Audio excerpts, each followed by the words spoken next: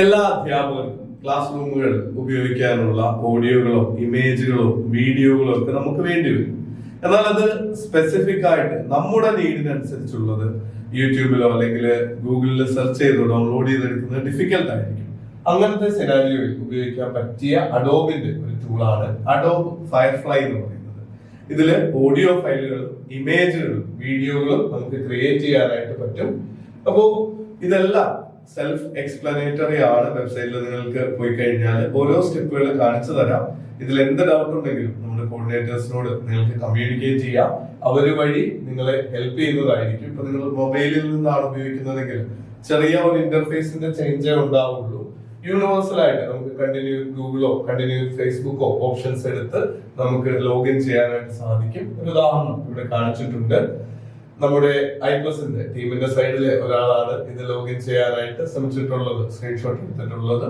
Sign in to Adobe എന്നുള്ളത് further സ്റ്റെപ്പുകൾ continue കൊടുത്ത് പോയാൽ മാത്രം മതിയാകും. നിങ്ങളുടെ ഒരു ഡേറ്റ് ഓഫ് ബർത്ത് പോലെ ഒരു ഇൻഫോ, ഒരു പ്രൊഫൈല് ക്രിയേറ്റ് ചെയ്യാനായിട്ട് ചോദിക്കും. അതിൽ മന്തും ഇയറും മാത്രം കൊടുക്കുക. പിന്നീട് ടേംസ് ആൻഡ് കണ്ടീഷൻസ് എഗ്രി ചെയ്യാം. ഇത് എല്ലാത്തിലും എല്ലാ AI ടൂളുകളാണെങ്കിലും സാധാരണയായിട്ടുള്ള ഒരു പ്രൊസീജിയർ തന്നെയാണ്. അതിനുശേഷം എന്തൊക്കെയാണ് ന്യൂ എന്നുള്ളതെന്ന് ജസ്റ്റ് ഒന്ന് കാണിച്ചു തരുന്നു. ഇനി നമുക്ക് എന്താണ് ക്രിയേറ്റ് ചെയ്യേണ്ടത്? ഇമേജ് ആണോ, വീഡിയോ ആണോ, ഓഡിയോ ഫയൽ ആണോ, അതോ വെക്ടേഴ്സ് ആണോ? സൂം ചെയ്താലും ക്വാളിറ്റി നഷ്ടപ്പെടാത്ത ചില ഇമേജുകൾ നിങ്ങൾ കണ്ടിട്ടുണ്ടാവും. അതിനെയാണ് വെക്ടേഴ്സ് എന്ന് പറയുന്നത്. അപ്പോ അത് സെലക്ട് ചെയ്യുക, ഡിസ്ക്രിപ്ഷൻ കൊടുക്കുക. വളരെ പവർഫുൾ ആയിട്ടുള്ള ടൂളാണിത്.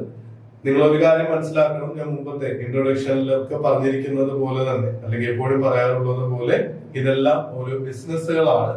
നമുക്ക് അൺലിമിറ്റഡ് ആയിട്ടുള്ള ഫ്രീ ജനറേഷൻ നടക്കില്ല. ആദ്യം നമുക്കൊരു സാമ്പിൾ നോക്കാനുള്ള അവസരം ഉണ്ടാവും, അല്ലെങ്കിൽ ഒരു ഡെയിലി ലിമിറ്റ് ഉണ്ടാവും.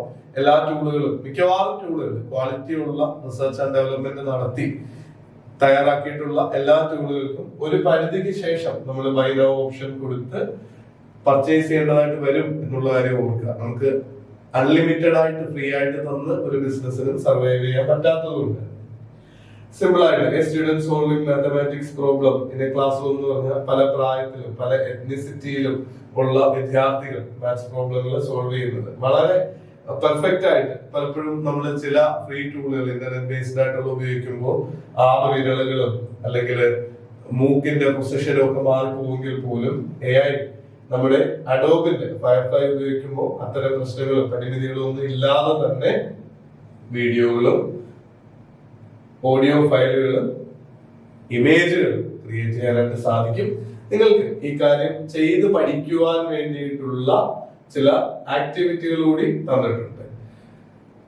ട്രാൻസ്ലേഷൻ ആണ് അടുത്തൊരു ഫീച്ചർ. ഇത് നോക്കിയേ, നമുക്ക് ഫയലുകൾ ആഡ് ചെയ്ത് കഴിഞ്ഞാൽ ഓഡിയോയും വീഡിയോയും മറ്റ് ലാംഗ്വേജിലേക്ക് ട്രാൻസ്ലേറ്റ് ചെയ്യാൻ കൂടി AI സഹായിക്കും. നിങ്ങൾക്കൊരു യൂട്യൂബോ ചാനലോ അതുപോലത്തെ എന്തെങ്കിലും ഉള്ള ഒരു ആളാണെങ്കിൽ, ആ രീതിയിലുള്ള ഒരു എഡ്യൂക്കേറ്റർ ആണെങ്കിൽ, മലയാളത്തിൽ തയ്യാറാക്കുന്ന വീഡിയോകൾ മറ്റു ഭാഷകളിലേക്ക് ട്രാൻസ്ലേറ്റ് ചെയ്യാൻ ഇതിന്റെ ഒരു പെർഫെക്ഷൻ 100% ആവില്ല. പക്ഷെ AI വളരെ പെട്ടെന്ന് മാറിക്കൊണ്ടിരിക്കുകയാണ്. റീസെന്റ് ഫീച്ചറിൽ തന്നെ നമുക്ക് ഓഡിയോ അടക്കമുള്ള കാര്യങ്ങൾ ട്രാൻസ്ലേറ്റ് ചെയ്യാനായിട്ട് സാധിക്കും. അതിനും എഗ്രി നൗ കൊടുക്കുക. ഫയൽ അപ്ലോഡ് ചെയ്ത് കഴിഞ്ഞാൽ കുറച്ച് പ്രോസസ്സിംഗ് ടൈം കഴിഞ്ഞാൽ ഉടനെ തന്നെ നമുക്ക് മറ്റ് ഭാഷകളിലേക്ക്, ഇംഗ്ലീഷ് ടു സ്പാനിഷ് ആണ് ഇവിടെ ഒരു ഉദാഹരണം കാണിച്ചിരിക്കുന്നത്, കൺവേർട്ട് ചെയ്യാനായിട്ടും സാധിക്കും. ഇനി ആക്ടിവിറ്റികളാണ് നിങ്ങൾക്ക് ഇവിടെ തന്നിരിക്കുന്നത്. സ്ക്രീനിൽ കാണാം. ഇതിന്റെ തന്നെ സോഫ്റ്റ് കോപ്പി തൊട്ട് താഴത്തെ സെഷനായിട്ട് ആഡ് ചെയ്തിട്ടുണ്ട്. നിങ്ങൾ ഈ ചോദ്യങ്ങൾ കൂടി നോക്കുക, നിങ്ങളുടേതായ രീതിയിൽ ചെയ്യുക, സോൾവ് ചെയ്യാനായിട്ട് നോക്കുക. നമ്മളിപ്പോ ഈ കണ്ട കാര്യങ്ങൾ തന്നെ പ്രോംപ്റ്റുകൾ ഉപയോഗിച്ച് പോസ്റ്ററുകളും പ്രൊമോഷണൽ വീഡിയോയും അതുപോലെ 3D മോഡലൊക്കെ ക്രിയേറ്റ് ചെയ്യാനായിട്ടാണ്. എല്ലാ ടൂളുകളും പരിചയപ്പെടുത്തി കഴിയുമ്പോൾ ഇതുപോലെ ആക്ടിവിറ്റികൾ നൽകും.